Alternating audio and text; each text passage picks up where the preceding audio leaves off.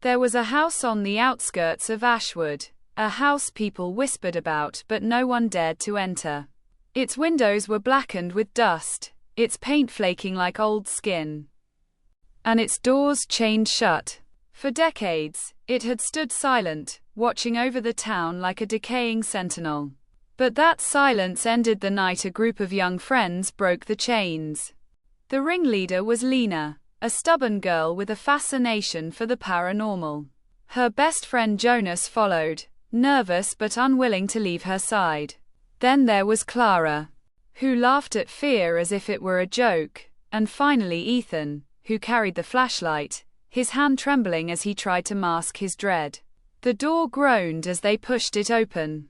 Dust filled their lungs, and the air inside was heavier, colder, as if the house itself exhaled a sigh of warning. "See," Lena whispered. "It's just an old place. Nothing to be scared of." But as they stepped inside, they all felt it, like invisible eyes pressing against their backs.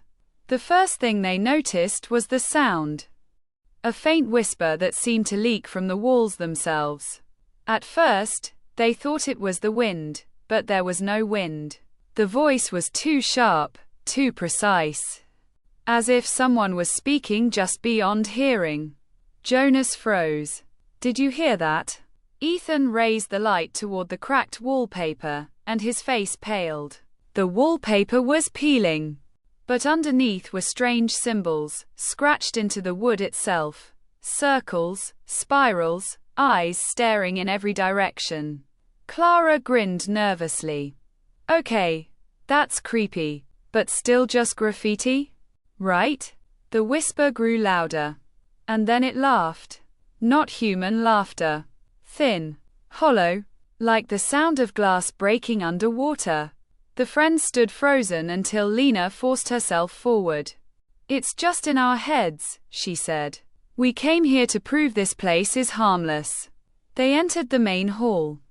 At the center stood a stairway, its banister wrapped in cobwebs. At the top was a door, painted black, the only part of the house untouched by dust. Drawn like moths to a flame, they climbed. Every step creaked as if the house were aware of their trespassing.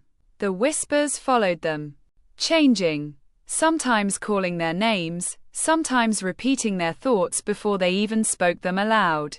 Jonas nearly turned back when he heard his mother's voice whisper, "Go home, now."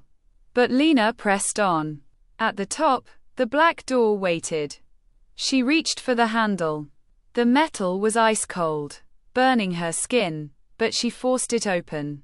Inside was a room with no furniture. Just a single mirror leaning against the far wall.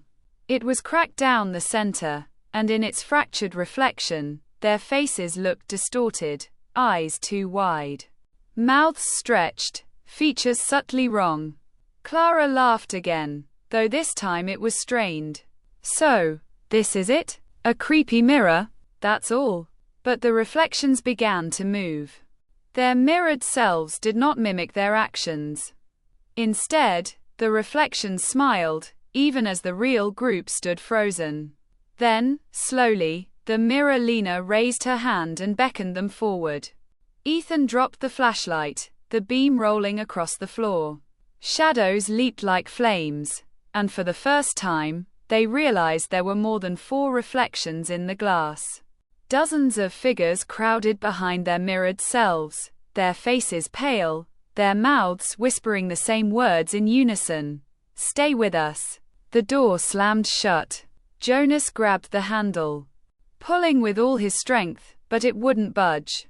The whispering rose into a chorus, so loud it rattled the glass. Lena backed toward the mirror, mesmerized. Her reflection leaned closer, pressing its hands against the surface. When her fingers brushed the glass, the mirror felt soft, like water. "Don't!" Ethan shouted, but it was too late. The reflection yanked her forward. Her body vanished into the mirror with a sound like tearing fabric. The whispers fell silent. The 3 remaining friends stared in horror. Lena's reflection was gone, but in her place, another figure appeared. It was her, but older, twisted, her skin grey and stretched, her smile sharp and unnatural. "Lena?" Clara whispered. The figure raised a finger to its lips. "Shh!" The glass spider webbed with cracks. The room shook. The chains downstairs rattled violently as if the whole house wanted to trap them inside forever. Jonas screamed, pulling Clara and Ethan toward the door. This time, it gave way, flinging them into the hall. They ran down the stairs as shadows poured from the walls, chasing them, whispering, laughing. The front door burst open. They tumbled into the night, gasping, clutching each other in terror. When they looked back, Ashwood House was silent again. Its windows black. Its door chained as if it had never been touched. But Lena was gone. And in every window, they swore they saw her face, smiling, beckoning, waiting for them to return. The friends never spoke of that night again. But every so often, when they passed Ashwood Street, they heard it. A whisper, calling their names.